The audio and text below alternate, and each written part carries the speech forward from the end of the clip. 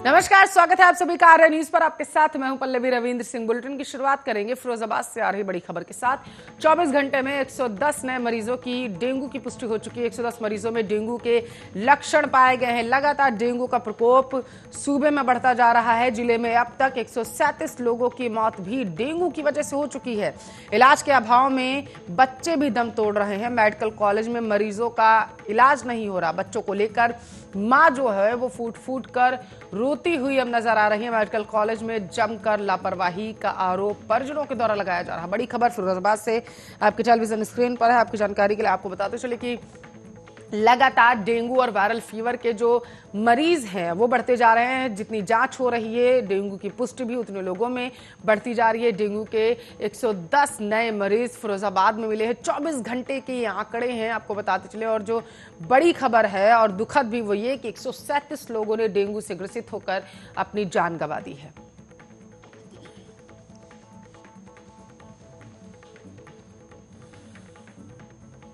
एक और बड़ी खबर आप तक पहुंचाएंगे। बाइक सवार युवक पर फायरिंग से हड़कंप मच चुका है। इलाके में चुनावी रंजिश में गोली मारने की आशंका जो है वो जताई जा रही है। देहात कोतवाली के हरखापुर की यह पूरी घटना है, जहां पर पुरानी रंजिश की वजह से, चुनावी रंजिश की वजह से गोली मारी गई। पीड़ित ने खुद ही पुलिस को इस पूरे मामले की सूचना भी दी। पुलिस ने युवक को अस्पताल में भेजा। तरबगंज के दुर्जनपुर का युवक जो था वो रहने वाला था देहात कोतवाली के हरखापुर की ये पूरी घटना है, जहां पर ताबड़तोड़ गोलियां दागी गई हैं। बताया जा रहा है जानकारी के अनुसार राजनीतिक द्वंद्व के चलते, राजनीतिक आपको बता चले मतभेद था, उसकी वजह से ये गोलियां चलाई गई हैं। पीड़ित ने खुद ही थाने में जाकर के रिपोर्ट दर्ज कराई है। तरबगंज के आसपास का ये पूरा मामला, देहात कोतवाली के हरखापुर की घटना, जहां पर चुनावी रंजिश की वजह से आरोपियों ने युवक को गोली मारी है। हालांकि युवक का इलाज भी चल रहा है और युवक ने खुद ही थाने में तहरीर दी।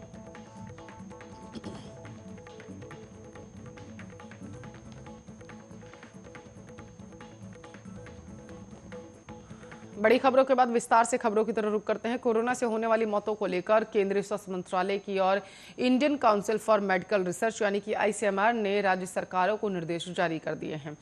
सुप्रीम कोर्ट के आदेशानुसार केंद्र ने राज्यों को निर्देश दिया है कि अगर किसी व्यक्ति की कोरोना से मौत हो जाती है तो डेथ सर्टिफिकेट पर कोरोना से मौत ये शब्द लिखना जरूरी होगा। साथ ही जिन लोगों की कोरोना के चलते पहले मृत्यु हो चुकी है उनका परिवार भी इस नए डेथ सर्टिफिकेट की मांग कर सकता है। उनकी मांग पर विचार करने के लिए हर जिले में एक कमेटी का गठन किया जाएगा। ये कमेटी आवेदन मिलने के 30 दिन के भीतर उस पर फैसला देगी। आपको बताते चलिए सुप्रीम कोर्ट ने दीपक कंसल और गौरव बंसल नाम के दो याचिकाकर्ताओं की अलग अलग याचिकाओं पर राष्ट्रीय आपदा प्रबंधन अथॉरिटी यानी कि एनडीएमए को कोरोना से हुई मौत के लिए न्यूनतम मुआवजा तय करने का ऐलान भी किया है और कहा है 30 जून को दिए इसी फैसले में कोर्ट ने सरकार से डेथ सर्टिफिकेट में मौत की वजह कोरोना लिखे जाने की व्यवस्था बनाने की कही थी। इस दिशा में काम न होने के लिए कोर्ट इससे पहले नाराजगी जता चुका है। अब केंद्र ने हलफनामा दायर कर बताया है कि मृत्यु प्रमाण पत्र के बारे में दिशा निर्देश जारी कर दिए गए।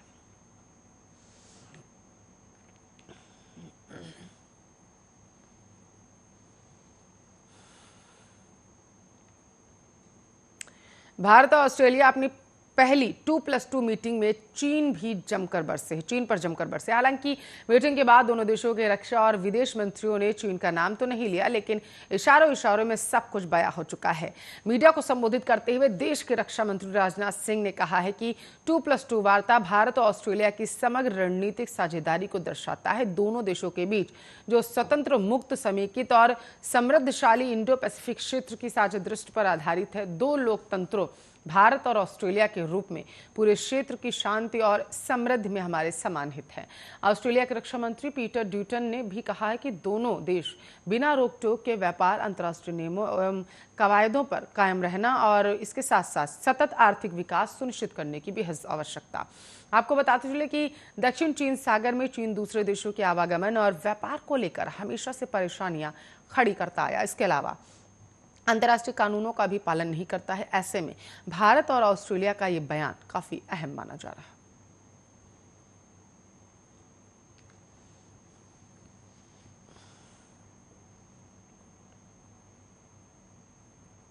उत्तराखंड की बात करेंगे। भाजपा के उत्तराखंड प्रभारी और राज्यसभा सदस्य दुष्यंत कुमार गौतम की तबीयत बिगड़ने पर उन्हें पार्टी कार्यकर्ताओं के साथ होने वाले संवाद कार्यक्रम को छोड़ना पड़ा है। वह शनिवार को लोहाघाट में भाजपा के संवाद कार्यक्रम में शामिल नहीं हो सके। भाजपा जिला मीडिया प्रभारी मोहन अधिकारी ने बताया है कि नोएडा से पहुंचे हेलीकॉप्टर से वह दिल्ली रवाना हो गए। पार्टी के प्रदेश प्रभारी गौतम ने शुक्रवार को चंपावत विधानसभा क्षेत्र के कार्यकर्ताओं से संवाद कार्यक्रम में हिस्सा लिया था। हालांकि कार्यक्रम से पहले ही उनकी तबीयत नासाज थी। कार्यक्रम के बाद उनका स्वास्थ्य और बिगड़ गया। सीएमओ डॉक्टर आरपी खंडूरी ने बताया है कि जिला अस्पताल के फिजिशियन डॉक्टर माधव बहादुर के नेतृत्व में गए चिकित्सा दल ने शुक्रवार और शनिवार सुबह सर्किट हाउस में उनकी जांच की। मधुमेह से पीड़ित 64 वर्षीय दुष्यंत कुमार गौतम हृदय रोग से भी ग्रसित हैं। सीएमओ ने बताया है कि इलाज के बाद उनकी तबीयत में सुधार हुआ, लेकिन उन्हें आराम करने की सलाह दी गई। इसके बाद प्रभारी गौतम आगे के कार्यक्रम छोड़ दिल्ली रवाना हो गए।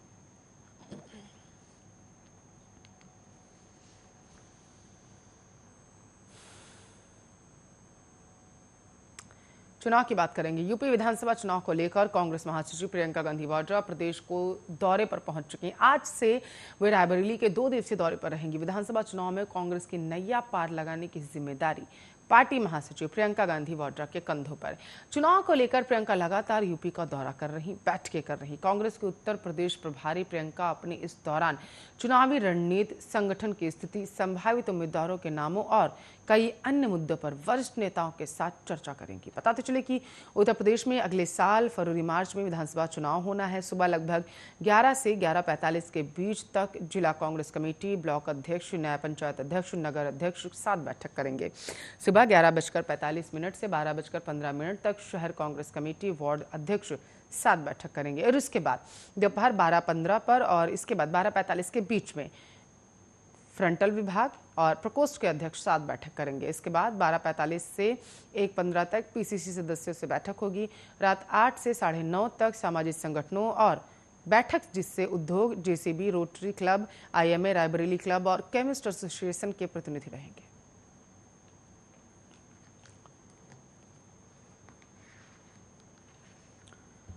बिहार की बात करेंगे। एलजेपी के संस्थापक रामविलास पासवान की कल पहली बरसी मनाई जानी है। बरसी को लेकर तैयारियों को अंतिम रूप दिया जा रहा है।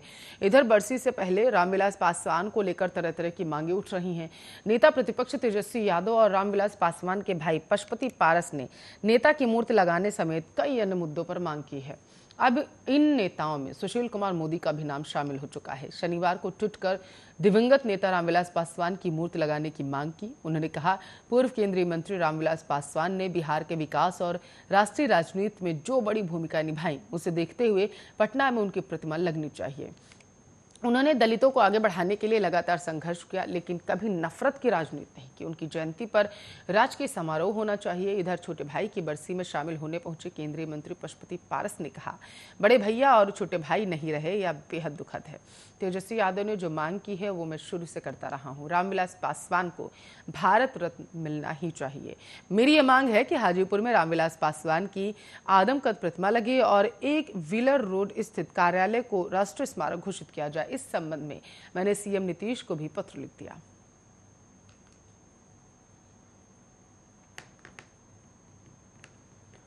बिहार में क्राइम की बात करेंगे। भोजपुर के पीरो थाना क्षेत्र के जमुनीपुर गांव में देर रात हथियारबंद अपराधियों ने मड़ई में सो रहे बुजुर्ग पुजारी की गोली मारकर हत्या कर दी। मृतक को गोली बाएं साइड सीने में मारी गई। इलाज के लिए पीरो और मंडलीय अस्पताल ले जाने के दौरान उन्होंने रास्ते में ही दम तोड़ दिया। इधर घटना की सूचना पाकर हसन बाजार ओपी इंचार्ज शिवेंद्र कुमार दलबल के साथ घटनास्थल पर पहुंचे और शव को कब्जे में लेकर पोस्टमार्टम के लिए सदर अस्पताल भिजवा दिया। मिली जानकारी के अनुसार मृतक पुजारी मूल रूप से रोहतास जिला के मुंजी गांव का निवासी है। वह कई वर्षों हसन बाजापुर ओपी क्षेत्र के जमनीपुर गांव में अपने ससुराल में रह रहा था। वह पेशे से पुजारी थे और गांव स्थित काली मंदिर में करीब 25 वर्षों से पूजा कर रहे थे। मृतक के बेटे ब्रजकिशोर सिंह ने बताया है कि वह कल रात घर के बाहर दालान में बने मड़ई में अपनी पत्नी के साथ सो रहे थे। उसी दरमियान करीब 2 बजे के आसपास हथियारबंद अपराधी आ धमके और उन्हें गोली मार दी। आवाज सुनकर जब परिजन घर से बाहर आए और उनकी मां की नींद खुली तो उन्होंने देखा कि वो खून से लथपथ पड़े थे, जिसके बाद उन्होंने स्थानीय थाना को घटना की सूचना दी। फिलहाल पुलिस मामले की जांच कर रही है।